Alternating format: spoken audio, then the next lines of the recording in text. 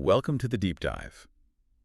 Today we're looking at something huge, a force really reshaping how startups get off the ground and grow. Yeah. It's the incredible speed of AI adoption. Yeah, it's pretty striking. The core idea, and this jumps right out from the spending data we've got, is that AI lets these really lean startups have this, well, what the sources are calling outsized impact. Things that used to mean hiring a whole team, training, setting up workflows for months. Now, sometimes it's just a single prompt, and boom, you get something you can actually use. And that speed, it changes absolutely everything. It's not just like a small efficiency bump. We're talking about a fundamental structural shift. Right. AI is altering the skills people need, the actual tasks they do, and I think critically what a startup team even looks like now. How big does it need to be? What's the makeup? Yeah. And you see this difference, right? Big established companies, they tend to layer AI onto what they already have. It's incremental. But we're seeing these truly AI native companies popping up. Built from scratch around it. Exactly. Designed from day one around generative software, around these new possibilities. Which is why, for this deep dive, we want to focus purely on where the money's actually going. Not just hype or downloads, but cold, hard cash. Where are they voting with their wallets? Exactly. We're digging into this Andreessen Horowitz and Mercury report. They looked at spending data, get this, across over 200,000 startup customers. Wow, that's a huge data set. Huge. Between June and August 2025. And they identified the top 50 AI native application layer companies based on that spend. So this is pure signal. It shows what ambitious startups are really buying. Yeah, it cuts through the noise. It's, the difference between saying you like something and actually paying that monthly subscription because you can't live without it. It has to be mission critical at that point. Totally. And, the first real hint that things were shifting, according to the sources, they mentioned a swarm of AI note-takers joining every startup meeting. Ah, yeah, I remember seeing that everywhere. That specific early behavior, that's kind of the perfect entry point for understanding where the first wave of dollars went. And that takes us right into the first big pattern they found, the horizontal majority. Okay. So when you look at how these startups are using AI, there's this clear split. About 60% of those top 50 companies, they're horizontal applications. Meaning tools for everyone. Pretty much. Tools boosting productivity across the whole company, any department. The other 40% are vertical applications, much more targeted at specific roles like sales or engineering. Got it. And I guess at the top of that horizontal spend list, no huge surprises, the big models themselves. You guessed it. Number 1, OpenAI. Number 2, Anthropic. And then further down, number 12, Perplexity. They're like the base layer, the infrastructure tax almost every AI native startup is paying. Makes sense. You need the engine. Exactly. But what's really interesting is the next layer up the race to own the workspace where people actually interact with these models. Ah, so not just the API calls, but the interface. Right. We're seeing spend on apps where you can use these LLMs right alongside your existing files, your documents, your data. Think tools like number 10 Notion, number 33 Manus. So people are still trying things out there. It's not settled. Doesn't look like it. The spending suggests users are actively experimenting, trying to figure out which interface really works best, which one integrates the AI most seamlessly. So yeah, that race for the winning workspace, it's definitely not over. Companies are hedging their bets. Okay, and staying horizontal, we have to talk about that category. That was the first clue, the meeting tools, the note takers. The swarm. The swarm, exactly. Yeah. So we see the classic transcription services like number 41, Otter AI. But it feels like that space is evolving really fast too, right? It's not just recording anymore. Oh, absolutely.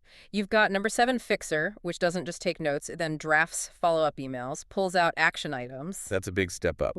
It is. And you see that evolution right there, moving from just passive recording to like active participation. Or look at number 26, Cluely. It gives you real-time feedback during the meeting. On what, like how I'm speaking? Yeah, on your presentation style, your pacing, maybe even your conversational flow. That's seriously augmenting the person running the meeting, not just keeping a record. Wow. And then you have this delightful little outlier, number 38, Plod. They make a physical pin. A hardware pin. Seriously, that feels almost quaint in all this software talk. Is that like the new status symbol? The AI lapel pin? Maybe. Or maybe it just signals how serious companies are about getting really clean audio data. They'll pay for dedicated hardware instead of just relying on, crummy laptop mics. Dedicated spend for dedicated data. Okay. Right. All right, let's shift gears a bit. Let's talk about what the analysis calls the new horizontal frontier. This is where it gets really interesting, I think. Yeah, this part's fascinating. We're seeing these categories that used to be really siloed, right? Mhm. High-end creative work for marketing, specialized coding for engineering, tasks that needed specific, often expensive teams. Mhm. And now, suddenly, AI is making them horizontal tools. Mm. Tools that basically anyone in the company can use. It's democratizing these really high-skill jobs. That's the core insight, totally. Take creative tools. This category alone accounts for the largest chunk of the top 50 list. 10 different companies are in this space. 10. Wow. So what does that tell us? Huge demand, obviously. Massive demand, yeah. But also that the spending is incredibly fragmented. No single company has really locked down this huge creative market yet. Startups are trying lots of different things. So who are the big players here? Well, you've got the sort of all-in-one suite leader, that's number 4, FreePic. Then the text-to-speech audio generation powerhouse, number 5, 11 Labs, super popular. And then just a whole range of image and video tools. Canva's in there, PhotoRoom, Midjourney at number 28. And for video, you see Descript, Opus Clip, CapCut. Startups are paying for specialized tools across that whole media creation pipeline. Speed and specialization. Exactly. And then you see tools that are starting to maybe replace the need for external vendors entirely, like avatars for ads. Number 47, ArcAds. Number 50, Tavis. They let you generate these complex, often personalized videos without needing a big production team or actors. The bottleneck is just gone. Okay, so creativity is becoming horizontal. What's the other big shift in this new frontier? It's this idea we've started calling vibe coding. Vibe coding. Okay, explain that. So it started more as a consumer thing, right? Quickly building simple apps, little scripts, maybe automating a personal task. Very fast, very intuitive. Yeah, I've seen some of those tools. But now that whole approach is rapidly moving into the workplace. Startups are using these tools to build internal AI apps, agents, automations, super quickly. It's like infrastructure for people who aren't necessarily hardcore engineers. Interesting. Okay, so that covers the 60% horizontal spend. What about the other 40%? The vertical applications. Right. The tools aimed at specific roles. And here, I think you need to look at them through one of two lenses. Is the AI acting as an augmentor, or is it acting as a substitute?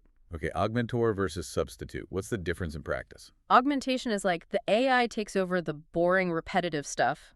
Data entry, maybe drafting the first version of a sales email.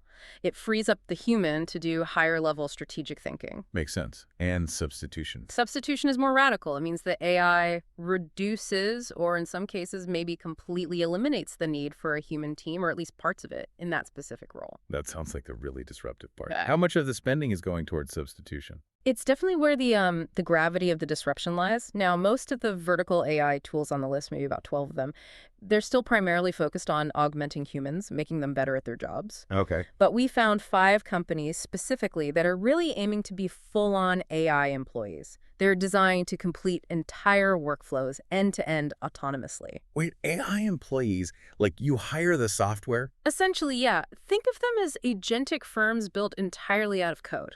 So a startup could need, say, complex legal advice. And instead of hiring a big law firm with huge retainers. They subscribe to an agentic legal software. Exactly. The compression in both workflow and cost is just staggering. Wow. Okay, who are these AI employee companies? So the report lists number 27, Crosby Legal. That's the agentic law firm example. Number 34, Cognition, which acts like an AI engineer. An AI engineer. Building code. Yep. Then number 37, 11X, they provide automated go-to-market employees like sales or marketing functions. Number 39, Serval is an AI IT service desk. And number 42, Alma focuses on AI-powered immigration law. Immigration law. Okay, so really specific niches. Very specific. And you can see the appeal for a startup, right? If you're watching Every Penny, it's often way simpler and faster to hire the specialized software than deal with traditional recruitment or expensive service providers. Yeah, absolutely. So beyond those 5 really agentic firms, where else are we seeing big spending in vertical AI? What roles are getting the most AI help? It tends to be areas with high-volume, repeatable tasks. Customer service is a big one. You see number 8, Lori Keat, number 40, Ada in there. Okay, makes sense. Lots of queries, standard answers. Exactly. Sales and go-to-market, or GTM, also see heavy spend. That's number 13. Instantly, number 25, Clay. Tools helping with lead gen, outreach, data enrichment. GTM is always a huge cost center for startups, so that tracks. Saving money there is crucial. Definitely. Then you've got recruiting and HR number 9, Micro One number 19, MetaView, tools for sourcing candidates, screening, maybe interview analysis. Automating the hiring funnel. Yeah. And in the sort of broader operations bucket, one that stood out was compliance automation number 11, Delve. Compliance. Okay. For a startup. That seems early. It does, but I think it signals how seriously companies are taking risk management right from the start. Using AI to automate processes that used to require expensive external consultants or, dedicated legal hires, it's proactive risk mitigation. Okay, that makes sense. Now, you mentioned vibe coding earlier. Can we circle back to that? Drill down a bit more on the spending data there. Yeah. Because you said that finding was kind of counterintuitive. Yeah, let's definitely revisit that. Because when you look at the tools specifically for building applications, the spending pattern is really telling. Okay. After the two giants, OpenAI and Anthropic, the single highest spend application on the entire list was number 3, Replit. Replit, the online coding environment. Exactly, a development tool. This tells us that the smart money, the startups spending seriously, they aren't just using off-the-shelf AI tools. They are actively building with AI, building their own custom solutions right away. Okay, but what's the counterintuitive part? You mentioned a comparison. Right, so if you looked at lists based purely on, consumer web traffic or maybe social media buzz, other developer tools, like one called Lovable, often ranked much higher than Replit. They had more hype. Okay. But when you look at the actual dollars spent by these startup customers in the report, Replit brought in roughly 15 times more revenue than Lovable. 15 times. Mm-hmm. Wow. So why the huge difference between buzz and actual budget commitment? And this is the key takeaway, I think. Tools like Lovable might be great for, say, whipping up a user interface really quickly. Great for mock-ups. Right, the vibe. Exactly, the vibe. But Replit, it's built for developing enterprise-grade, fully functional apps, agents, automations, stuff that needs to actually work reliably. Its agents can run autonomously for hours. It has built-in cloud services you need for real products, databases, authentication. So it's production ready. It's production ready. That comprehensive, serious feature set is why companies are putting real money behind Replit, maybe over tools that are just focused on that initial surface-level development speed. They're investing in the capability to build and ship real things. That makes a lot of sense, investing in production. Yeah. And that whole dynamic, it leads right into the final big finding from the report, right? This idea of a super fast product trajectory. Yeah, the hyper-accelerated path from consumer tool to prosumer tool to enterprise staple, and the speed here is it's unlike anything we've really seen before in software waves. So explain prosumer again quickly. Sure, it's that powerful individual user, someone using a tool maybe just for themselves, for their own projects or utility, but achieving results that are genuinely enterprise quality. Got it. And the stats on this are significant. They're staggering, actually. Nearly 70% of the companies on this top 50 enterprise spend list, you can adopt them as an individual. You can just sign up and start using them, then bring them into your team. There's often no need for a massive top-down enterprise sales process initially. Wow, 70%. And get this, 12 of these companies on the startup spend list also showed up on a separate list tracking the top 100 consumer AI products. So the overlap is huge. What's driving that acceleration? Is it just the AI itself? I think AI is the core accelerant, yeah. It's making these tools, even ones that start consumer-focused, so incredibly powerful, so functional right out of the gate that they can immediately solve real business problems. So they just get pulled into companies naturally. Exactly. Bottom-up adoption, it bypasses a lot of the traditional IT procurement hurdles, being good at product-led growth and moving upmarket from individual users to teams to whole enterprises. That can happen incredibly fast now, maybe in the first year or two. So bringing it all together, what's the big picture here? The big picture is that AI isn't just tweaking tasks around the edges. It's fundamentally rewriting the playbook for how startups scale. This report, the spending data, it's like a roadmap showing their choices in real time. And the choice is clear. They're opting for these specialized AI-native tools. They are. They're choosing them over maybe more traditional, expensive, multi-year software contracts or over hiring large dedicated teams for certain functions. These AI tools deliver results faster, often cheaper. So startups are basically rewiring themselves on the fly. Yeah. They have to become AI native to compete. And you see it right there in their spending. Absolutely. You're watching roles compress, workflow shrink, because these AI alternatives are just better, faster, cheaper in many cases than the old way of doing things. Legacy solutions are getting disrupted hard. Which leads us with a final thought for you, the listener. Something to mull over. Yeah, given that almost 70% of these heavy-hitting enterprise tools started out as consumer products. Right?